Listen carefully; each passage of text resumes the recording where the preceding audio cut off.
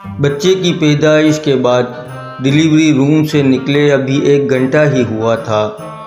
औरत को अभी अभी होश आया था। बदन में ताकत बिल्कुल ख़त्म हो गई थी।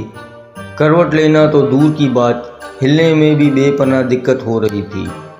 उसने बड़ी मुश्किल से दाहिने हाथ को हरकत दी, कुछ टटोला तो कुछ महसूस नहीं हुआ।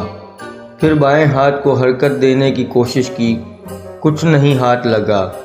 बेचैन हो गई। ख्याल आया कि कहीं नीचे लुढ़कते हुए तो नहीं गिर गया। ओ खुदाया! हिम्मत करके बामुश्किल पलंग के नीचे देखा, नीचे भी नहीं। घबराहट होने लगी, माथे पर पसीने की बूंदें नुमाया हो गई। दूर खड़ी नर्स को इशारे से बुलाया, होंठ हिलाए पर कुछ अल्फाज नहीं निकल सके। नर्स ने औरत की घबराहट महसूस कर ली थी। उसकी आंखें भी नम हो गईं। आखिर वो भी माँ थी, माँ की तरफ को कैसे ना समझ पाती।